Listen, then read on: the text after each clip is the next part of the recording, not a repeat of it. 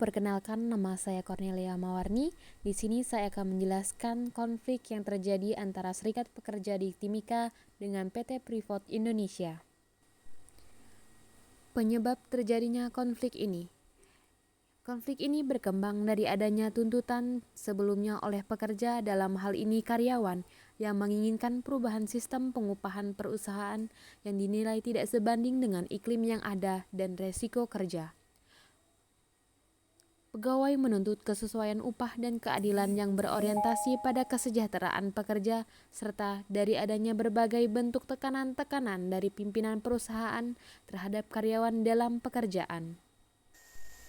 Pada tahun 2017, terjadi insiden kriminalisasi terhadap anggota dan pengurus serikat pekerja yang berujung pada pemogokan dengan durasi 5 hari. Namun hal tersebut dianggap pihak pimpinan dan manajer perusahaan sebagai bentuk mangkir dan diberi sanksi merumahkan karyawan yang sedang mogok. Sedangkan dalam perjanjiannya, jika terjadi pemogokan, maka hal itu sah dan sudah mendapat keabsahan sesuai perundang-undangan yang berlaku, yakni dalam Undang-Undang Nomor 13 Tahun 2003 tentang Ketenagakerjaan Pasal 1 Ayat 23 yang berbunyi, mogok kerja adalah tindakan pekerja yang direncanakan secara bersama-sama dan atau oleh serikat pekerja untuk menghentikan atau memperlambat pekerjaan. Aksi mogok kerja yang seharusnya diadakan hanya 5 hari saja sesuai putusan serikat tidak berhenti sebab pihak manajemen bersikeras bahwa aksi tersebut merupakan bentuk perlawanan terhadap aturan perusahaan, dan para pemogok atau anggota serikat pekerja dan badan pengurus dihadapkan dengan upaya pemutusan hubungan kerja secara sepihak dan sistem furlough. Dampak dari konflik itu, sebanyak 8.100 karyawan Freeport dan perusahaan subkontraknya berhenti kerja karena dianggap mengundurkan diri secara sukarela oleh perusahaan.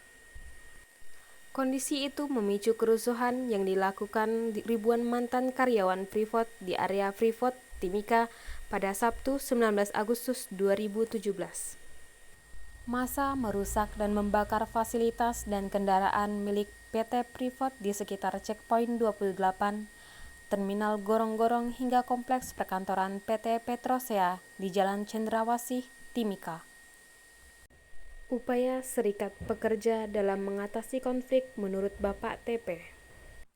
Diadakan perundingan bipartit, semacam dialog antara manajemen guna membicarakan masalah-masalah yang terjadi di perusahaan dengan melalui pendekatan normatif. Sebuah pertemuan mediasi antara manajemen dan serikat pekerja PT Freeport Indonesia digelar di Kementerian Tenaga Kerja dan Transmigrasi di Jakarta, Kamis 22 September 2017.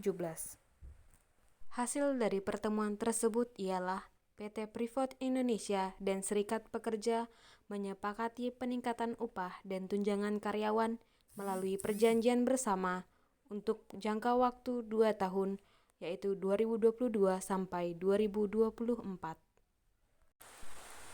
Kesimpulan dari konflik ini ialah konflik yang terjadi membawa perubahan dalam proses bermitra, baik dari perusahaan, karyawan, dan manajemen atau manajer.